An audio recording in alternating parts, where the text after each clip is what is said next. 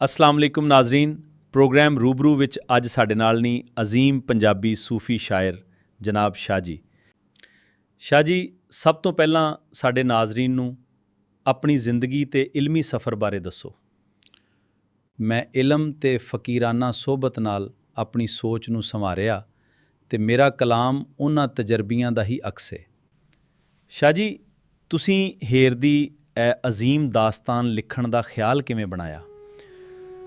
ਮੇਰੇ ਲਈ ਹੇਰ ਸਿਰਫ ਇਸ਼ਕ ਦੀ ਕਹਾਣੀ ਨਹੀਂ, ਇਹ ਪੰਜਾਬ ਦੀ ਜ਼ਿੰਦਗੀ, ਰੀਤਾਂ, ਰਸਮਾਂ ਤੇ ਇਨਸਾਨੀ ਦੁੱਖਾਂ ਦੀ ਤਸਵੀਰ ਵੀ ਹੈ। ਸ਼ਾਹ ਜੀ, ਤੁਹਾਡੇ ਅੰਦਾਜ਼ੇ ਬਿਆਨ ਦੀ ਸਭ ਤੋਂ ਵੱਡੀ ਖਾਸੀਅਤ ਤੁਸੀਂ ਖੁਦ ਕਿਹੜੀ ਸਮਝਦੇ ਹੋ? ਮੇਰਾ ਖਿਆਲ ਹੈ ਸ਼ੇਰ ਦੀ ਅਸਲ ਤਾਕਤ ਲਫ਼ਜ਼ਾਂ ਦੀ ਜਾਣ ਵਿੱਚ ਹੈ। ਮੈਂ ਪੰਜਾਬੀ ਦੇ ਆਮ ਲਫ਼ਜ਼ਾਂ ਨੂੰ ਵੀ ਸ਼ਾਇਰੀ ਦੀ ਸ਼ਾਨ ਦਿੱਤੀ ਹੈ।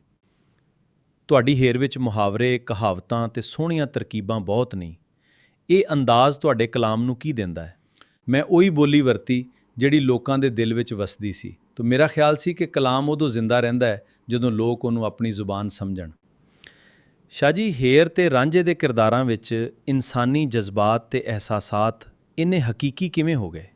ਮੇਰਾ ਕਲਾਮ ਇਸ਼ਕ ਦੇ ਜ਼ਾਹਿਰੀ ਕਿੱਸੇ ਤੋਂ ਅੱਗੇ ਵੀ ਜਾਂਦਾ ਹੈ ਜੀ। ਹੇਰ ਤੇ ਰਾਂਝਾ ਇਨਸਾਨੀ ਤੜਪ ਤੇ ਰੂਹਾਨੀ ਜੁਸਤਜੂ ਦੇ ਇਸਤਿਆਰੇ ਵੀ ਨਹੀਂ। ਤੁਹਾਡੀ ਹੇਰ ਵਿੱਚ ਉਹਦੇ ਪੰਜਾਬ ਦੀਆਂ ਮੁਆਸ਼ਰਤੀ ਹਕੀਕਤਾਂ ਵੀ ਨਜ਼ਰ ਆਉਂਦੀਆਂ ਨੇ। ਇਹ ਸ਼ਊਰੀ ਤੌਰ ਤੇ ਸ਼ਾਮਿਲ ਸਨ।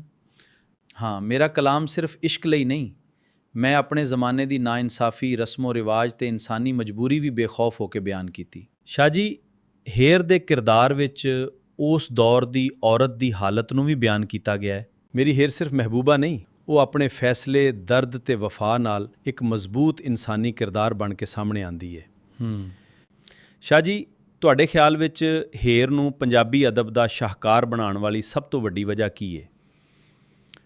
ਮੇਰਾ ਖਿਆਲ ਹੈ ਹੇਰ ਦੀ ਜਾਨ ਸੱਚੀ ਇਨਸਾਨੀ ਕੈਫੀਅਤ, ਪੰਜਾਬੀ ਦੀ ਮਿਠਾਸ ਤੇ ਲਫ਼ਜ਼ਾਂ ਦੀ ਉਹ ਤਾਕਤ ਹੈ ਜਿਹੜੀ ਦਿਲ ਨੂੰ ਛੂ ਲੈਂਦੀ ਹੈ। ਸ਼ਾਹ ਜੀ, ਬਹੁਤ ਸ਼ੁਕਰੀਆ ਕਿ ਤੁਸੀਂ ਸਾਡੇ ਪ੍ਰੋਗਰਾਮ ਵਿੱਚ ਤਸ਼ਰੀਫ ਲਿਆਏ। ਨਾਜ਼ਰੀਨ, ਇਜਾਜ਼ਤ ਦਿਓ। ਅੱਲਾ ਹਾਫਿਜ਼। ਬਹੁਤ ਮਿਹਰਬਾਨੀ, ਤੁਹਾਡਾ ਵੀ ਸ਼ੁਕਰੀਆ।